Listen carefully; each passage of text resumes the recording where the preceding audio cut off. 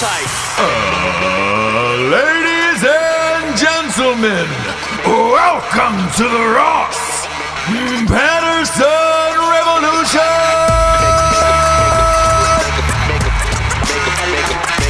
Brought to you by BlackRifleCoffee.com.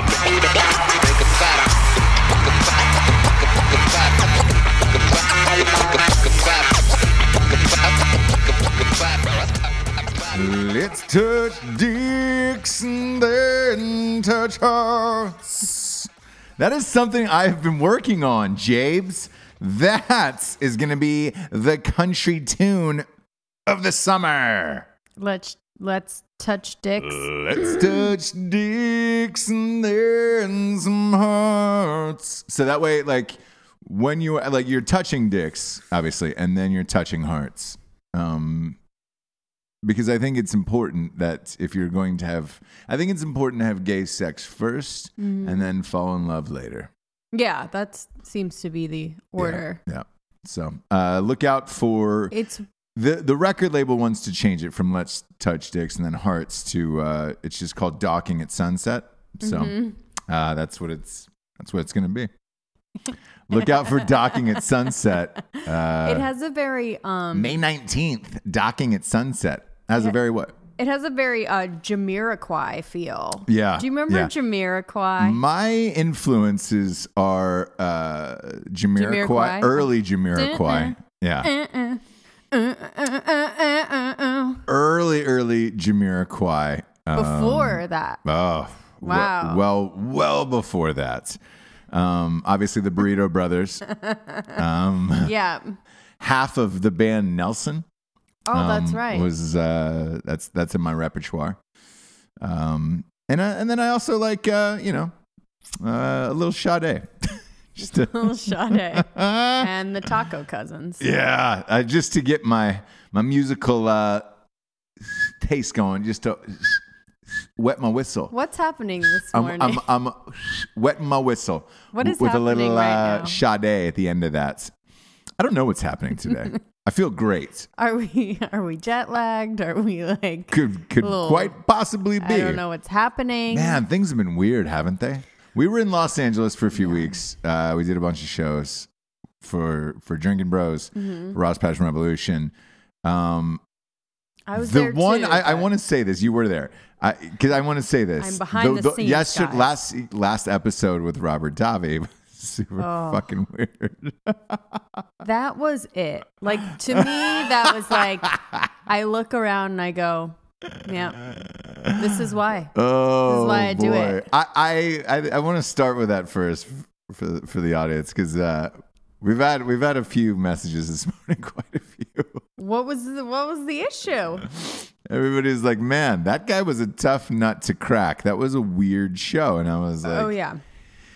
Yeah, it was. And none of that was faked. So whatever you heard on there was like, we were really in the middle of a fucking Italian deli in a strip mall in Chatsworth, California, which I don't spend a lot of time in the Chatsworth area. I haven't. You almost had like a name for it. Like, I don't spend a lot of time in the chat. It took everything in me not to laugh at just the phrase Chatsworth because I was like, I remember when we got this call and it was like, hey, cool, we're gonna do this interview. I was like, dope, man. I'm a huge fan of Robert Davi's, and then we're like, you've got to go to Chatsworth. I was like, what? Yeah. I haven't been to Chatsworth in I don't know, man, 10 years. But yeah, me too. Yeah, I definitely. Not that it's not. Look, it's a nice area. It's the kind of place that you like. How would you describe Chatsworth? Chatsworth is like the kind of place that you pick up the fridge from Craigslist, or like go look at the car that's like way out there, and you're like, it's a little bit far, and you don't know the area very well. Yeah, and it's exactly how all those places look, where it's like, okay, I'm out of the city, but it's still their own little community, and lots of their big Craigslist community there. Yeah, fridges, cars, So we couches, you name it. If you need one scuba fin, Chatsworth is a great place to pick it up. Thought we were going to his house. That would make sense. A lot of people have had us over at their house. The equipment that we have, it's like, if you've ever done a podcast before, it's kind of like, you need to be in an office or in a house or somewhere where you can set up. Sure. So when we showed up at the deli, San Carlo Deli in Chatsworth, if you are there, the food is delightful. The best. The food is delightful. The owners, management, the whole fucking thing is amazing. They came out. We got served 27 dishes at a minimum. I was so fucking full. Yeah. You were about to throw up. They fed you so much. Yeah, and as you guys know, it's really insulting to like true Italians if you don't eat, or if you're like not eating what they made or bring you. And they're very much like eat. It's always like this worry of like that you need to be fed. That's their way of like I like you, I want to take care of you, and you're just like, dude, I can't. So I started with half an Italian sandwich and housed it. I housed it, but here's the thing, because they were like, look, you got to eat something. I was just like, oh, all right, for being here, like I didn't know what it meant, and then I was like, oh, they're just saying that like as an Italian family, where it's like, oh, you got to eat something. They weren't even charging us. No, they were just like, you have to eat. And I was like, all right, cool. So I got this huge Italian deli sandwich, which I housed half of it because we wanted to set up and get things going and all that stuff. So I was like, great. Thank you so much. This was awesome. And he's like, no, sit. So Robert was just like, hey, let's just do the interview and they'll come in and out. It'll be part of the thing and the whole thing. And it was just like, it was chaos. It was fun, though. It was a blast. And they were amazing. And there was a woman who sat down in the middle of it who had right next to you, kind of like Tourette's. I mean, literally right next to me. Yeah, and it was an audio. This one was audio only. Yeah. So you can see the microphones. I'm clearly set up behind them, like with this setup and the sound machine and everything, and like, or my board. And like, it's very clear that something's going on. She cared not. She cared not at all. Definitely she needed did not her care. Food. Yep. She yelled at me for taking pictures. And I always say, like, it's always the people that you would never want their picture that are always like, no, I don't want to be in the picture. You're like, oh, no, I was going to crop you out anyways. Like, I definitely don't need a picture of you, lady. So it's like, what are you filming? It's always like the ugliest people. Not you. Super weird, too, where it's just like, hey, and there was plenty of tables. Why she sat down next to us was beyond me. Because she was pissed that you were in her Italian deli. You were taking up tables. She was pissed. It was only 3 of us. You know what I'm saying? Like there was only 2 tables. So, she was pissed. But it was really hilarious and like an out of body experience where you're just like, it was just you fun. Leave something like that and you're like, what the fuck just happened? Well, you're like, I just, I got tested. I got tested as far as like sound and like just getting through the interview and stuff like that. And like setup, I have no plug. There's no outlet. Yeah. How do you do it? Do you know what I mean? Yeah. Like there's going to be people talking literally right next to you. I mean, we were drinking. How do you they brought wine in all throughout the interview, everything. And like, So it was, and again, it was this crazy, like if you heard it, like, and you're wondering, I wonder what that was really like. It's what you think it was. Like it was definitely a blast. Fun. Yeah. No one's ever. I don't know if I got anything accomplished, but yeah. I mean, people just got to be a fly on the wall. To hear like, hey, what do you not do? You research? Yeah. Like an old school guy in the business, friends with Sinatra. Like that's what you're gonna get, and it's gonna be tough. Like you're definitely not getting a lot. Yeah. They're old school. They're like, they don't the whole like doing press, social media, like making yourself out there and accessible, like. Back in the day, it wasn't like that. The more closed off you were, the more mysterious. Yeah. The more like people liked you. So like he was those days of like, I'm not super open. No, about my shit. So and he just started a social media accounts now, and it's like, yeah.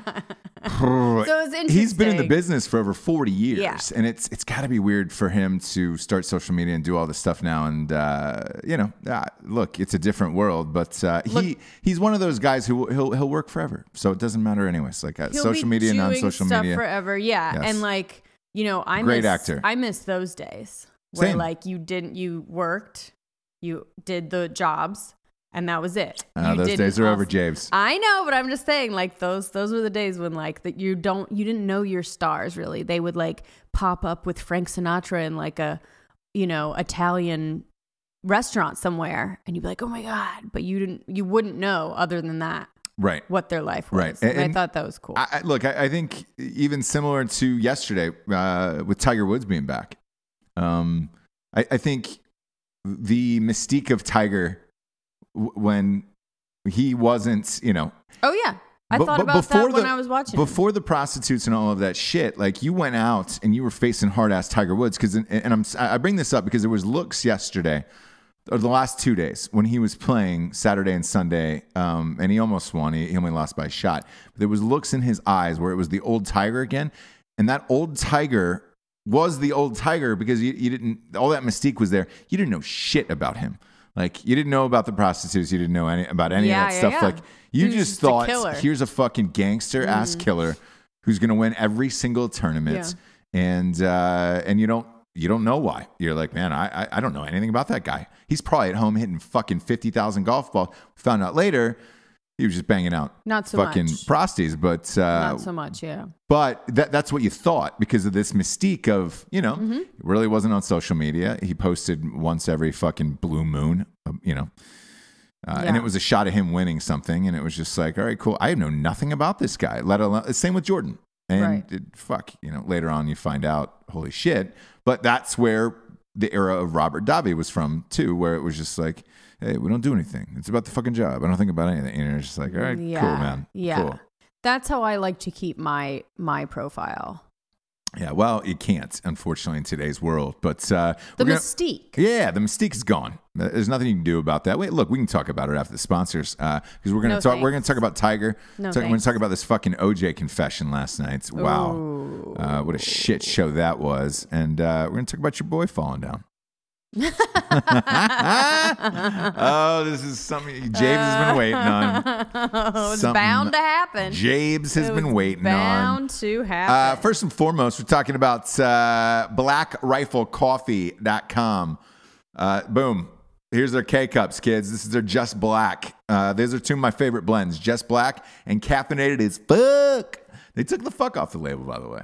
Yeah, why? Look how they're becoming a corporation. Right. I think it's too hard. I think they're getting too famous now where it's just like, hey man, we've got kids and shit around. We all know what it is though, so we're good. I would have liked to see him throw a little AF on there at least, but what there else? You go. What there else? You go. They just went calf. Huge fan. I've been drinking them for a year and a half. I've been a member of their Coffee of the Month Club for a year and a half. James, first day back, and you're already having problems with that mic again. Yeah. Yep. Won't. Let me be me. Why won't you let me live? BlackRifleCoffee.com is it's the best. It gets dropped off at my house, same dates every month. Veteran owned, my best friends owned it, and use the promo code REVOLUTION for 20% off at blackriflecoffee.com. And their apparel is amazing. I wear it all the fucking time. I live in this hoodie when it's like, this is my 50-degree hoodie, Sure. Can't take it off. Sure. I got about 30 of these fucking things. That's how much I love them. Use the promo code REVOLUTION for 20% off. It's a one-time use at blackriflecoffee.com. Next up, we've got StrikeForceEnergy.com. Boom, boom, boom, boom. Oh, I like that, James. I like that. I'm no lie. I'm going to hit it today. I'm going to hit it. You're going to hit it? Yeah. And quit it? A couple squirts. Boom, boom. I'm going to hit it and quit it. Right into the old drink. I needed it today. So we're recording in the afternoon. I had my 2 cups of coffee this morning. I had my Black Rifle coffee. Crashing a little bit. I need to come up. Right. I need to come up, James. Right. A lot of people say to you, Ross, does Ross ever crash? Does he ever go down? Yeah. No, he doesn't. No. Simply because of StrikeForceEnergy.com. Yep. Yep. He keeps those propellers going. Slowly but surely. Keeping the refrigerator light on is what I'm doing. Go to StrikeForceEnergy.com. They've got 4 amazing flavors. They've got original lemon, orange, make America grape again. Big fan of the grape. These fucking packets are only $9.95. That's it. 99 cents a piece. With the 20% off of Revolution for shipping. It's almost like you're stealing the shit from them. They also have a subscription month club, which I have. Drinking this shit. Every day I have a fucking packet of Strike Force.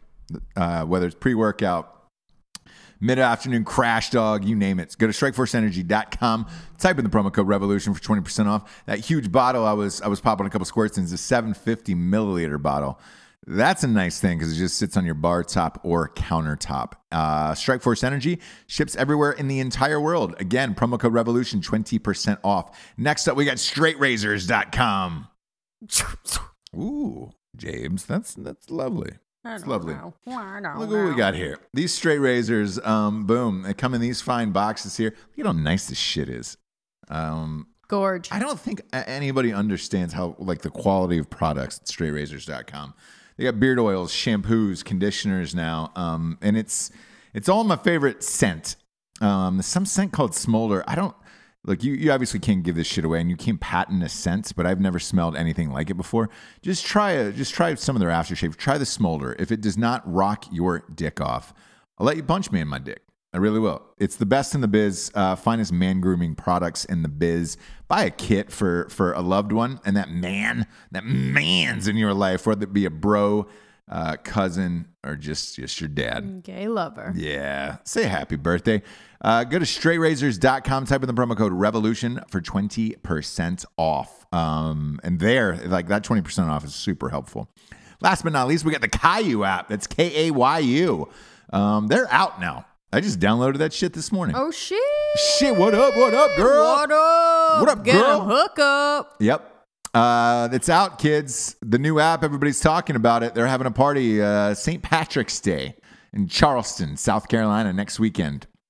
You can drink for free afterwards if you just download the Caillou app. That's Kayu. It's started by 2 Green Berets out in Fort Bragg, which is fucking awesome. It combines lodging, travel. Since it's downloadable now, it really is. They do have that Tinder option. Here's who you match with, interest-wise and hiking-wise. So if you're looking to split costs and concert travel, just fucking hanging out, want to go to the fucking gun range with somebody. It's a great place to do it and meet up with some people that are like-minded like yourself. Just download the Caillou app, Kayu. Shit's free. No strings attached on that motherfucker. I love it. So do I. We're back from LA. It was nice to see Tiger back. I enjoyed that. Yeah. I really enjoyed watching that Sunday.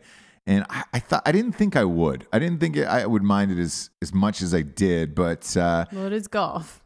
I know, and that's the point of it, Jabes.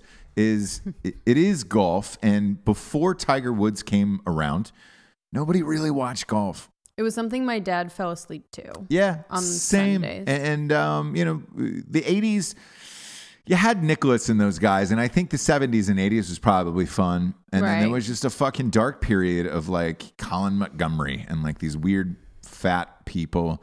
Kind of got exciting again. It was. Weird fat people. It was. Where it was just these aren't real. They don't kind of look like bowlers. It wasn't, Oh, yeah, true athletes. Yeah. Yeah, where you're watching, you're just all right, cool. Right, I mean, I guess. Right. Older. And then John Daly came in.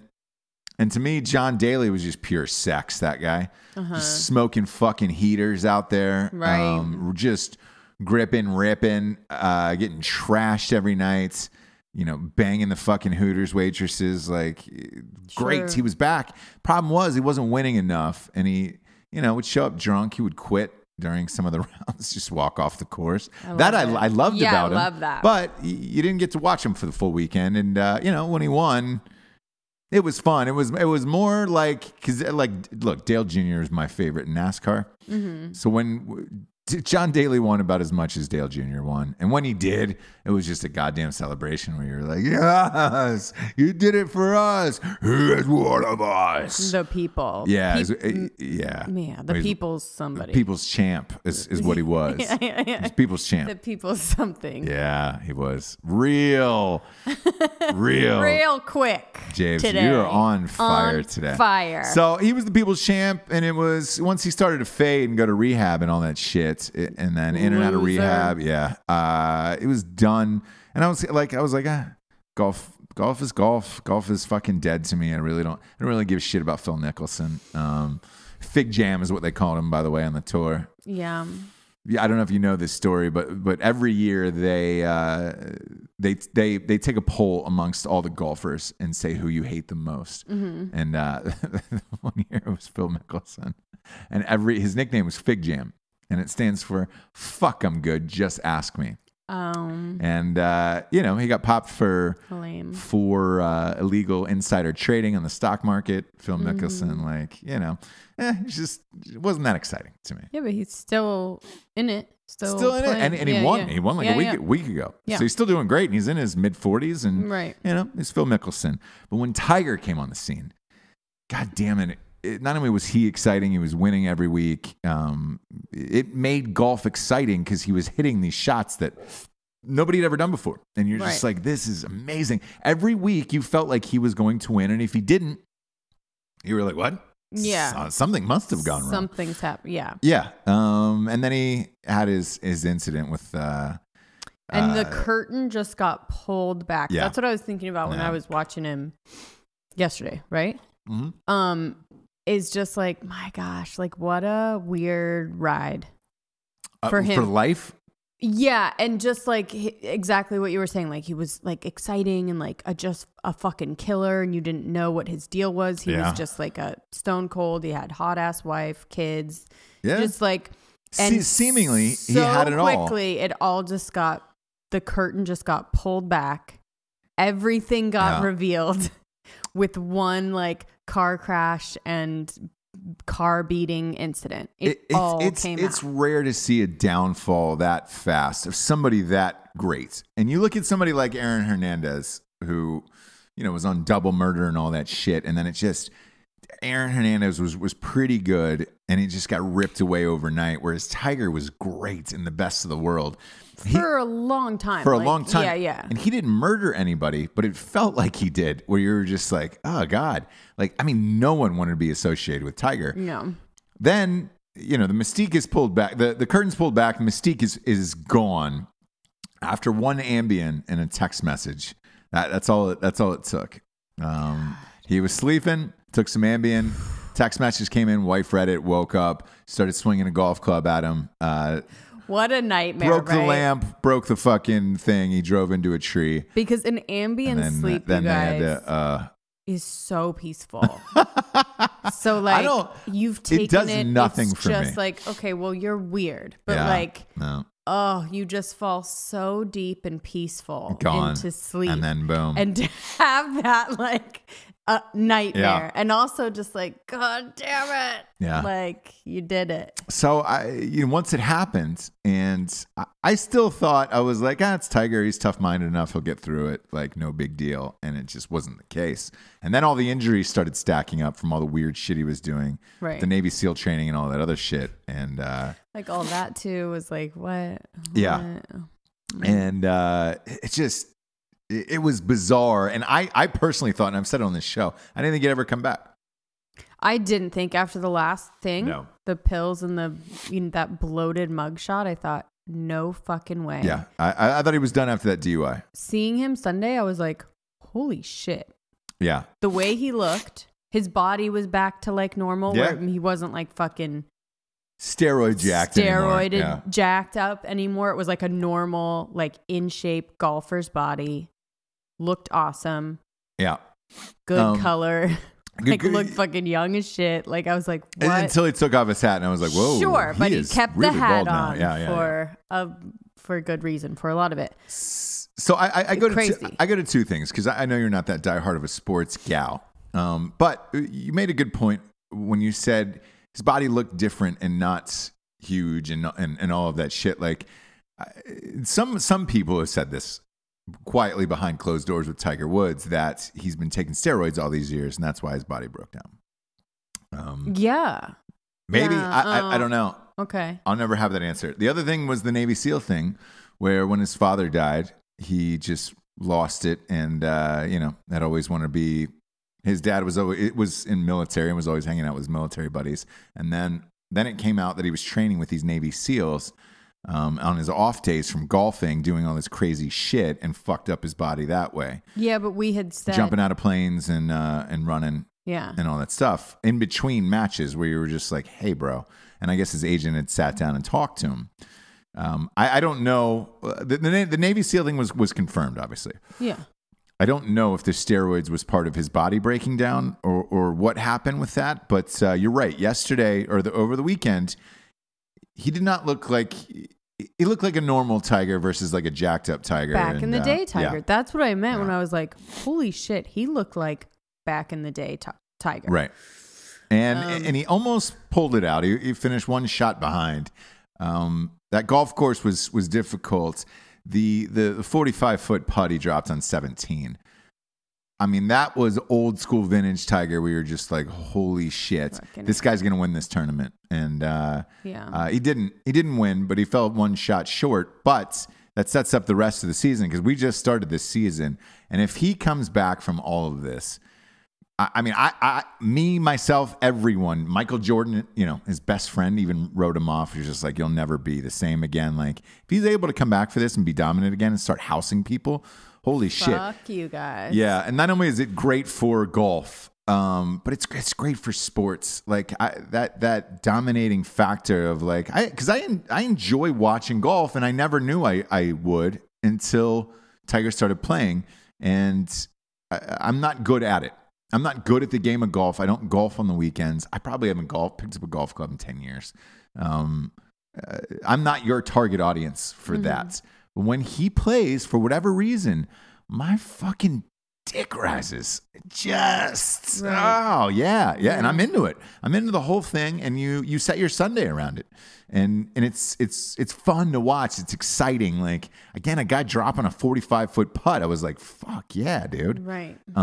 This was what it was. And there was a crop of young guys who came up that I thought were going to take over and just destroy. Like Spieth and Rory McIlroy, Pretty Ricky Fowler, those guys like that. And they're all besties, and they all hang out, and that's their crew. I thought in particular Spieth was going to house people. Same with Rory. So what, they're not? No.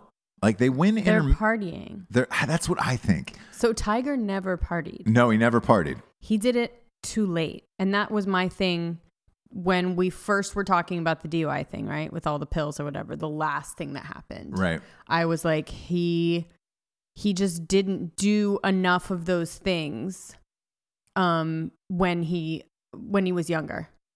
And that's why he's stone cold, right? But his like dad was on, it was like a hardcore regiment for him. Oh yeah. He was sleeping in the garage. He didn't have any time to fucking party, to live, to whatever.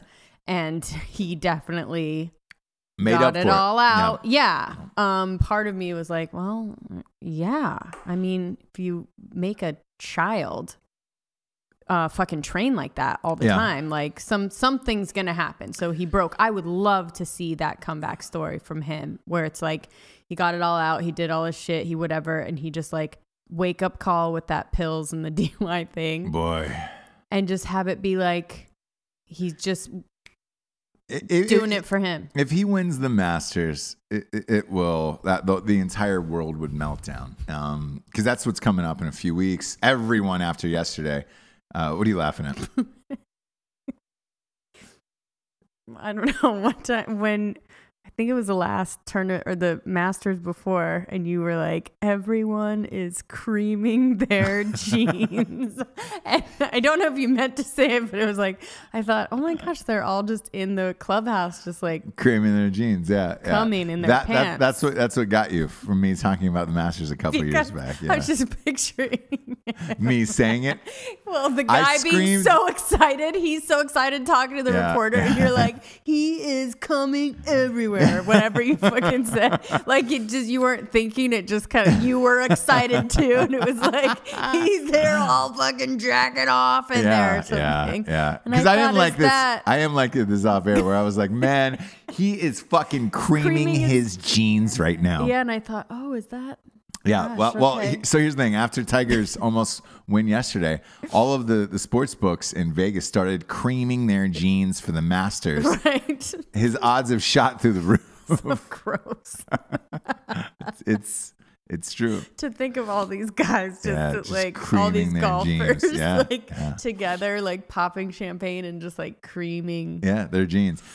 The odds have spiked through the roof for Tiger at the Masters. If he went to the Masters, forget it. That'd be an amazing story. It'd be a real cream your jeans story. Yeah, a real gene creamer. Yeah, we'll think of something else to say about. Just a real gene creamer. Be so good, isn't it? Just a real gene creamer. Gross. People have missed me, haven't they? Oh, so much. A couple. Yeah. But the 2 people wrote in. 2 people were like, we could do with 1 or 2 Jables shows. Yeah, then get her back out of there. Get her back in the put her back in the old barn. Get back on the road. Do some shows on the road without Jabes. Last night was super exciting. OJ confessed to murder. Oh my God. What the fuck was that? Oh my God. Was that crazy? You guys, it was crazy, right? Yeah. Like, are people freaking out? Full disclosure, if you did watch the If I Did It special on Fox last night, where essentially it was OJ Simpson just confessing to murder the entire episode, he was interviewed by a woman named Judith Regan. Judith Regan, as you know, put out At Night She Cries While He Rides His Steed. So if that name sounds familiar. She loves a bit of controversy. She does. So when I sold At Night She Cries While He Rides His Steed, and they were going to put it out, I got a phone call that said, hey, Judith Regan would like to have lunch with you. Can you fly up to New York? We're going to do this book deal and have lunch. So we went out to lunch. I would say it was on the later side, maybe 2:30, 3 o'clock in the afternoon. I had some things to do at the office, some contracts and all that other stuff to sign. And I met up with her, and it was this awesome restaurant. There was nobody there except for like the 4 or 5 of us with my agent and all that stuff. And of course, my first question was, so did OJ did it? She was like, oh, yeah, he fucking did it. And she was like, he admitted it and everything else, whatever. And I was like, all right, great. I knew about this special that was shot, 10 or 12 years ago. I knew about the book that was supposed to come out because Judith had gotten fired from it. They nixed the special altogether, which is the one you saw last night. They burned all the books. There was like 1 copy available. That ended up going for like $250,000 or $300,000 online and some auction. And then they decided to print it later. I don't know if there was a gag order and then it was allowed to be able to be printed. I'm not sure what happened with that. But I know Judith got fired wrongfully and she got a big settlement, which was 8 figures. 8 figures in that settlement. And is this before Reagan Arts? Yes, this is before she started her own publishing company. She had a non-compete clause in her contract, and then she opened up her own publishing company that is a division of Simon & Schuster, and the rest is history. When I asked her about the OJ Simpson story at lunch that day, without a doubt, she told me this. She had said, he did it, he confessed to doing it, and kind of didn't go into much further detail, not in a sketchy manner, but just, it was very matter-of-factly, like, yeah, like yes, he did it. Yes, but as if like, yeah, but we all know he did it and everything else, and it was like, all right, cool. But the crazy thing is, after watching last night's show, I'm surprised that she just didn't launch into the story, itself, because she loves telling stories. She's old school, like New York, old school publishing, like you could tell she enjoys having these lunches and dinners and things like this, and knows everybody in the world at this point, essentially. She had a talk show on Fox for many years until this OJ thing happened and she got fired. But it was so matter-of-factly that we just moved on to the next topic, and I was like, all right, cool. Well, when we watched the special last night, I found out why was she had never seen the footage until last night. Right. So when they said that at the top of the show, like, hey, have you seen this? Or have you gone back and replayed this interview? She was like, I haven't seen one single second of this footage, which would be true, because if you're, hosting something on Fox or any other channel, you're not sitting in the edits. No. You're not getting any clips for your reel. You're not letting any of that get out. So if something gets buried, that's it. It goes in a vault. And chances are you never see it again unless, it's like a Trump thing where you try to go back and find audio from fucking 15 years. Actually, it was around the same time period as the OJ thing. Mm-hmm. So it is possible to get in there and find this shit.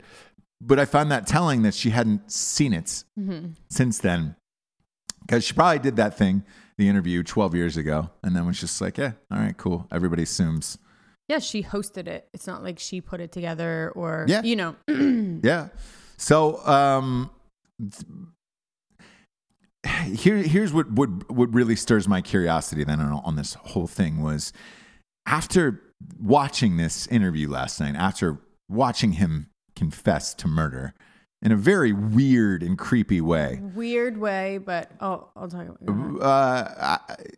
I'm surprised that she did not go into that crazy story where it was just like how manic he was and in all of the chaos to it. But Judith has had a crazy life. I would say similar, female-wise, similar to Quincy Jones, where she literally knows everyone. So I'm sure these stories are a dime a dozen to her, whereas they're not for somebody like me. Yeah. So I was super curious, and then after last night, I was like, holy fuck, you really could have dropped the hammer in this lunch and really said anything. But again, another day at the JOB for her, whereas you and I sat there last night dumbfounded, where it was just like, holy fuck. What? Yeah. And we've seen a lot of things about OJ, and everyone has. It's to the point now where it's like, another OJ thing, okay, but this is the thing. This was the last. This is the last piece of it. It's the last piece. He confesses. Yes, he confesses to murder in this really, he thinks, clever way, which is such a symptom, I was telling you, of sociopath, psychopath, where it's like they think they're so smart that they're getting away with it.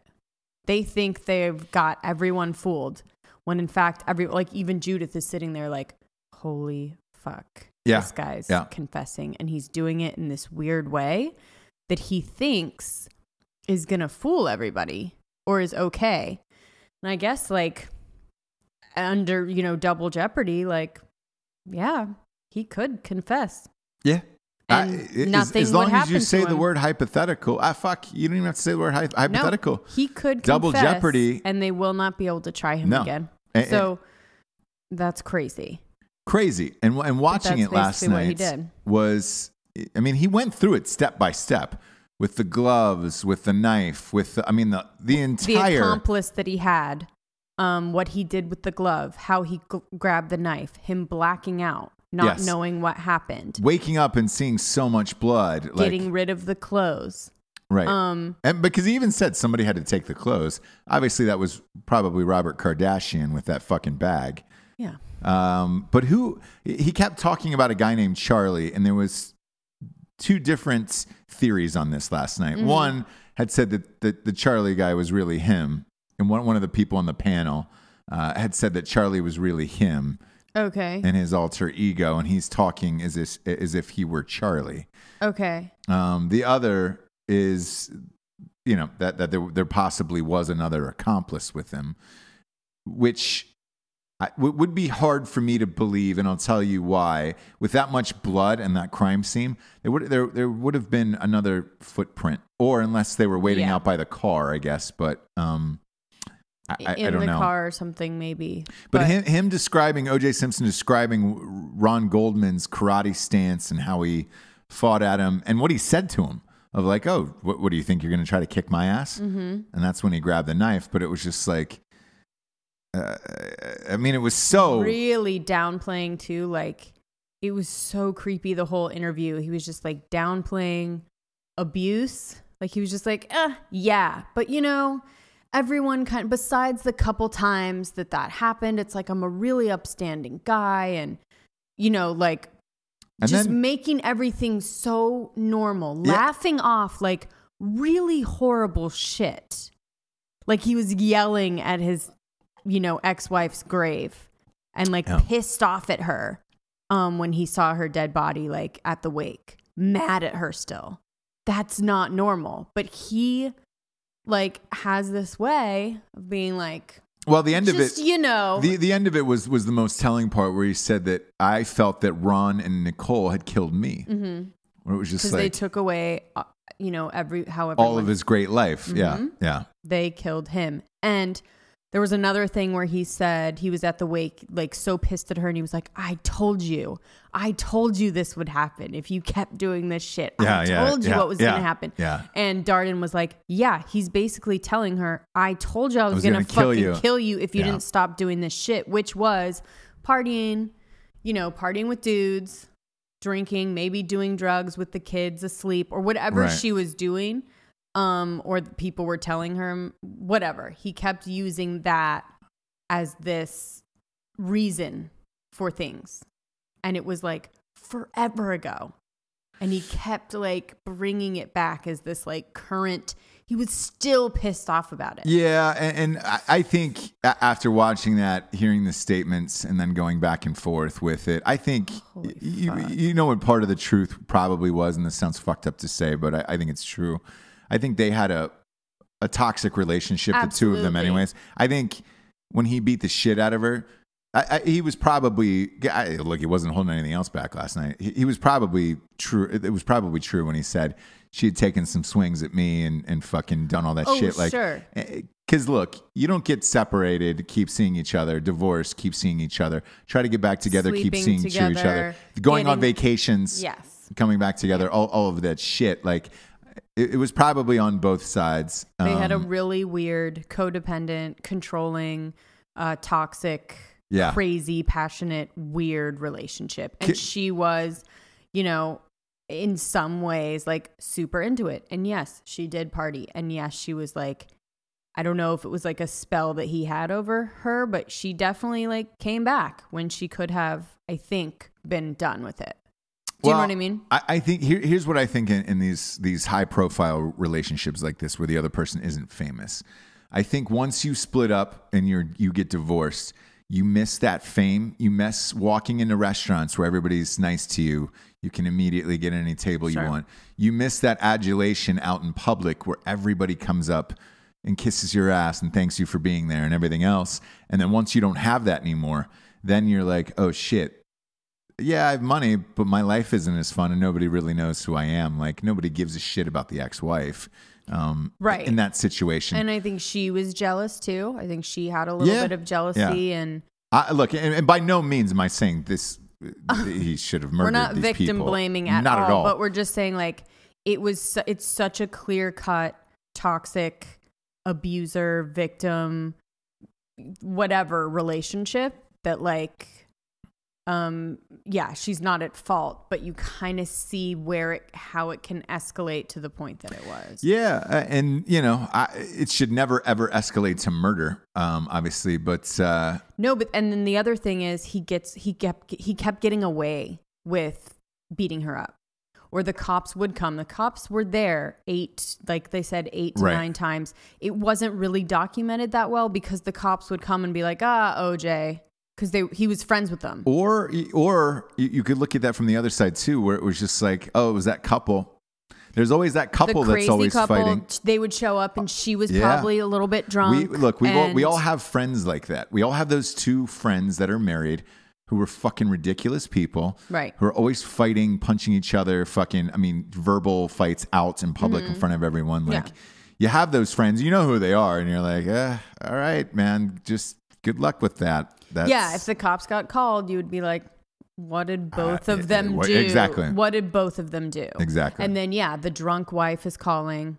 You know what I mean? And yes, she did get beat up, but it's like the cops are going to be like, what happened here? Like, you guys are both intoxicated. I can't talk to either one of you. One of you's OJ. Yeah, exactly. So, and because it is important that there was no convictions for this, like, you know. No, but they were called. There was one. I think he got 720 hours community service. So he had one, but like, you know, the other 7 times, what happened there? You know what I'm saying? Like, it's not okay. Whatever it's it not was. No, whatever. None of it is okay.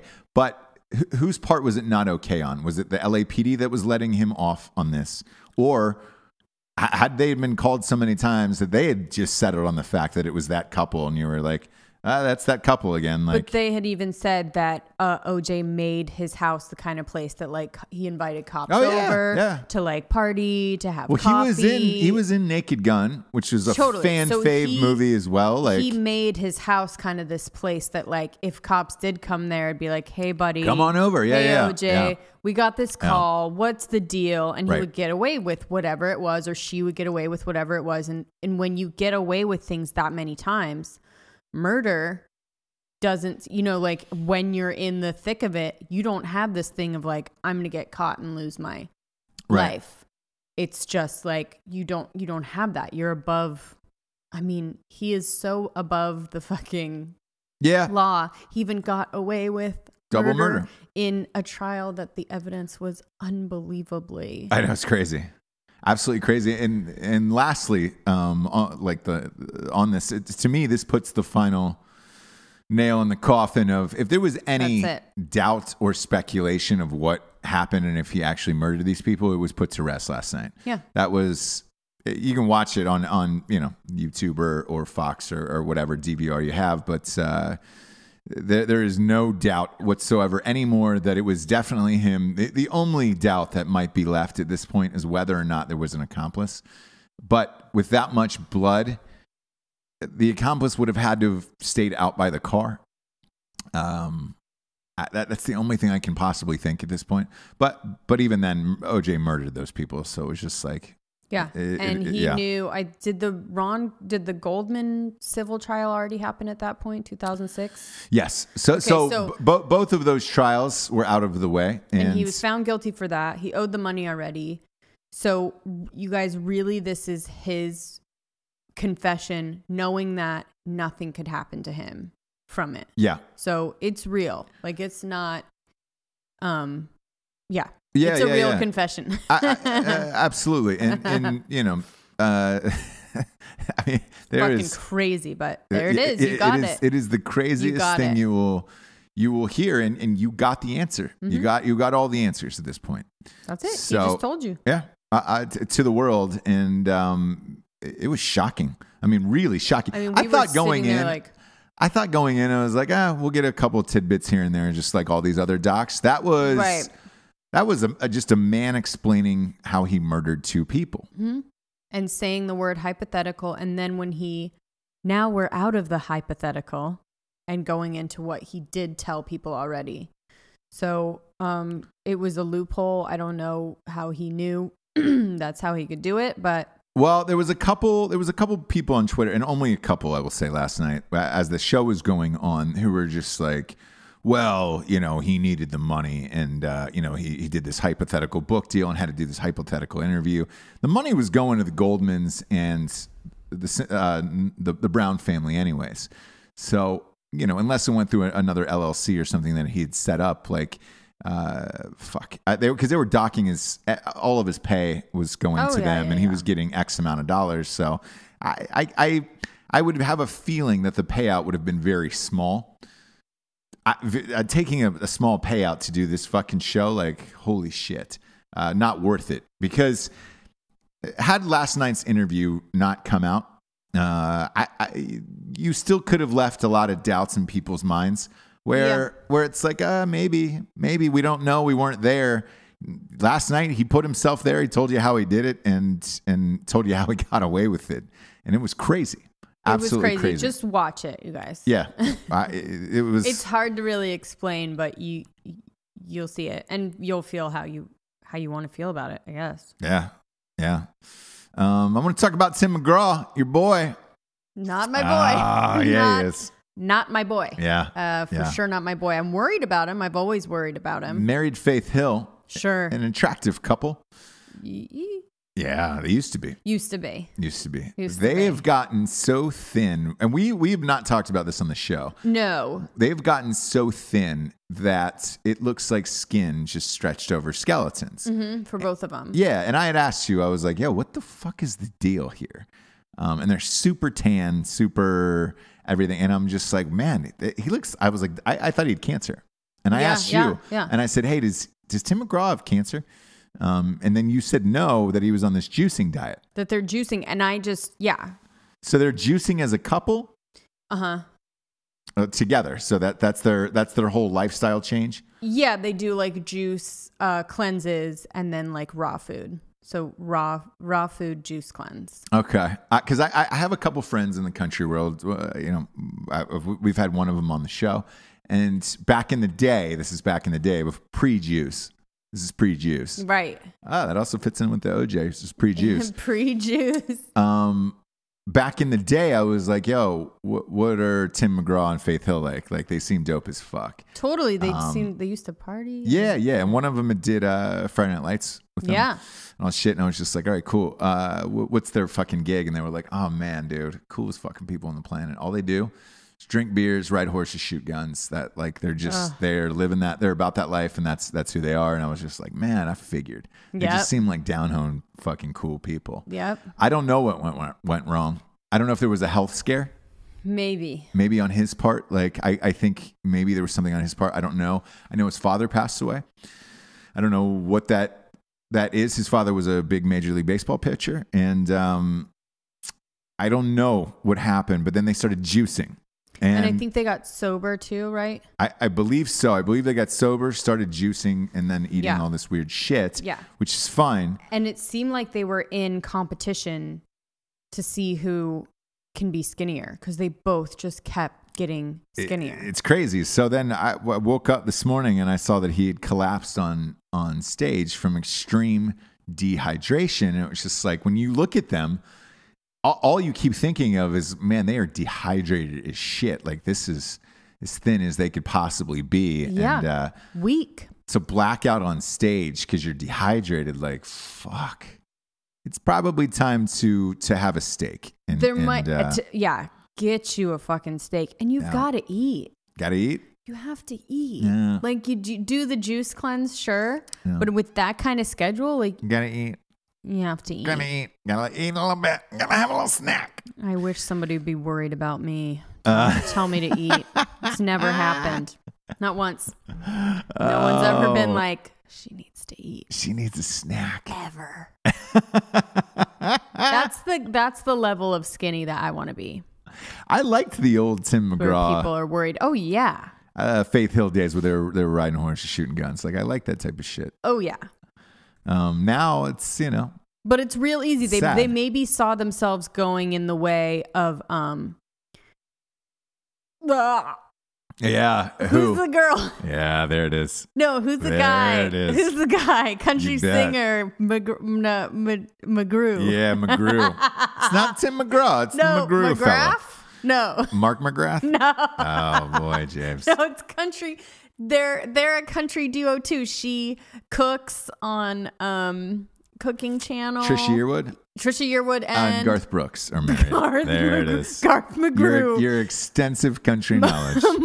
McGrew. The McGrews. Yeah, the McGrews. It's the old McGrew family. But anyway, maybe they felt themselves going in that direction, which those two have no qualms. Oh, eating, no, they do not. Eating, yep. No. Drinking, doing whatever the F they want. And they've just let it go. For years. They said, we're not, we can sing. People like us. The last time Garth Brooks was thin was when he was Chris Gaines.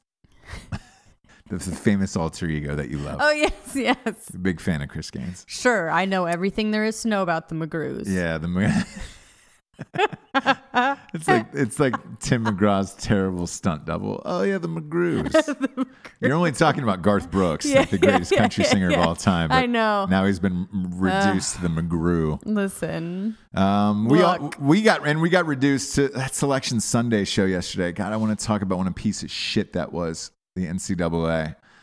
That Selection Sunday show. We're going to tell you who's in the tournaments. And they went through all 64 teams on blank cards on a separate page. And I was just like, are you fist fucking me? To find out what bracket everybody was playing in, what time, all of it was a 2-hour drag out fuck fest that was complete bullshit to me. And I never want to see anything like that again. I had to put a post up on Twitter after 2 hours and just be like, who do I have to fuck around here to get the goddamn times of the games? That's how upset I was about it. Who did you have to fuck? 4 dudes apparently to get the fucking schedule. Wow. And I got it. Ohio State's in it. We're good to go. But man, that their whole new Selection Sunday, and they had pushed it later. It was a lot later than it is usually, and I think it was because Tiger was in contention. They were like, shit, he's back. You got to jack it up. Right. Jack it up. Let's postpone this, bitch. Right. And it was their new format is fucking awful. So if you're out there and you're watching or listening to this show, please fucking change it back to the way it was, because it was goddamn terrible. Who's listening? Goddamn awful. I don't know. Yeah. Somebody from the NCAA selection committee. That'll bring us to the revolutionary figure of the week. Shall we, Jabes? We shall. You're in a giggly mood over there. Whatever. The McGraws. The McGraws. I just, sometimes my stupidity. Yeah. My quickness. Yep. I surprise myself with how quick I am is what it is. You do. That's what it is. The McGraws. The McGraws will get you every time. McGraw. God, real proud of you. The McGraws. The McGraws. The revolutionary figure of the week is that's Jamiroquai, by the way. Oh, Virtual Insanity. They didn't sing one of those? No. I know Jamiroquai. I was singing Jamiroquai on purpose. You were singing Virtual Insanity. The revolutionary figure of the week is Dr. Max Gerson. He was the first to put forth the concept that a diet that could be used as cancer therapy, a little diet called the juicing diet, but it wasn't until the 1930s when author and raw food proponent Dr. Norman Walker invented the first juicing machine. So here we go, Tim McGraw. There you go, buddy. Your inspirations, your McGroosters. Your McGroosters. They did actually move into paleo, those two. So I don't know. Wow, thank God. I don't know, you guys. Paleo. I don't either. Can be a little bit weird. I don't either. You know what we're going to do on the audio version of this? Put Jamiroquai's Virtual Insanity at the end of this. For Jamiroquai, a.k.a. Jessie Wiseman, I am Ross Patterson. This is The Revolution. Good night, everyone. Good night.